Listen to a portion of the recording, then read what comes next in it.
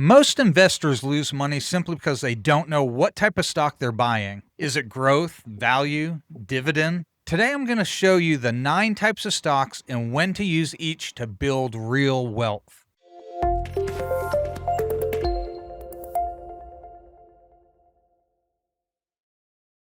Welcome back to Simply Money, where we break down finance in simple, real-life terms. Here's a quick preview. We'll cover 9 types of stocks, what makes them different, and the pros and cons of each, so you can stop guessing and start investing smarter. So type 1 is blue chip stocks. These are large, stable companies with strong financials. Think of companies like Apple, Coca-Cola, Johnson & Johnson. Some of the pros of these is their reliable performance over many years. They often pay dividends and are less volatile. The cons are they usually have lower growth potential, can still fall in market crashes. Now, the second type is growth stocks. And I know some are probably thinking, wait a minute, you just said Apple.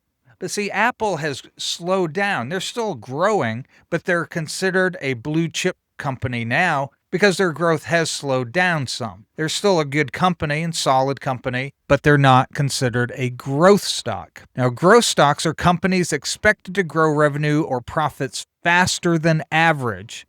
Think of Amazon, Tesla, Nvidia, some of these AI companies coming up. You're going to see these as growth stocks. And a great ETF could be something like SCHG, where you're getting many companies in the growth stock. The pros of growth stocks is high potential returns and exciting innovation and upside. The cons, though, is they're often overpriced and volatile and riskier. The third type is dividend income stocks. Stocks that pay regular dividends. You have examples of Procter & Gamble, AT&T, and Realty Income. The pros of this is you have passive income, great for retirees. The cons is there's slower growth and dividends can be cut. Don't think just because a company pays a dividend, it's guaranteed. They try to keep them, but if financials dictate, they have to make sure that they're keeping their books straight, and sometimes that means cutting the dividend. The fourth type of stock is value stocks. These are stocks that appear undervalued by the market. Examples would be Intel, General Motors, companies that are kind of flying under the radar a little bit. They're undervalued at the time. The pros of this is this potential to buy low, and if you're going to sell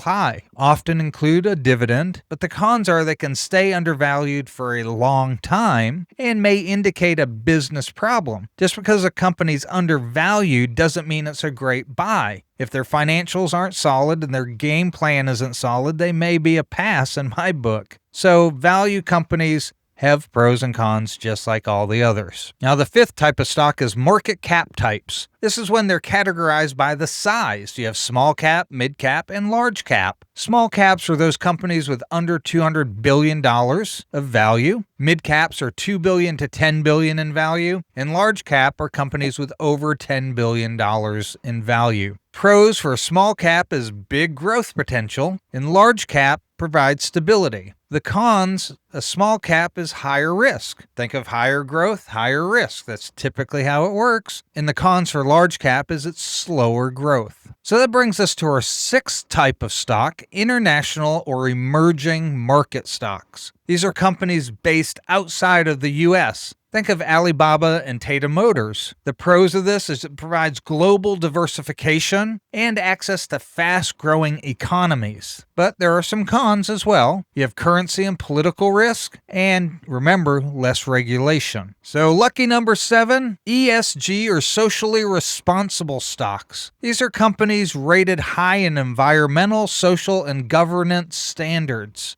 Think of Tesla, NextEra Energy. These are companies that have an environmental or social focus. Pros of this, it can align with your values and attracts long-term investors who care about environmental and social causes. The cons are they can have subjective criteria and may limit your investment options. The eighth type of stock is defensive stocks. These are companies that provide essentials unaffected by the economy. Examples would be healthcare and utilities. The pros of these, they hold value in recessions and consistent cash flow. The cons would be low growth and can underperform in bull markets. And that brings us to our ninth type of stock, cyclical stocks. These are stocks that rise and fall with the economy. Example, airlines, car companies, hotels. The pros are they have huge upside in economic booms and great for swing trading. The cons, though, they crash during recessions and unpredictable timing. So these are the 9 types of stocks. That's why I like investing with ETFs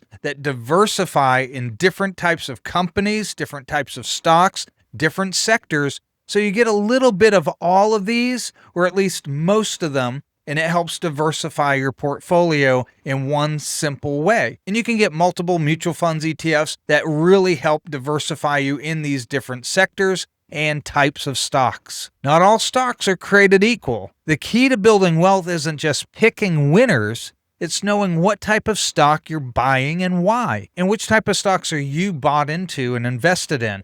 Leave a comment down below for the community. Share why you're buying what you buy and what your goals are. I appreciate you sharing that and joining the community. And if you like this video, hit that like and subscribe button. It helps us get more videos out to help others reach their financial independence. And I appreciate you, and we'll see you next time on Simply Money.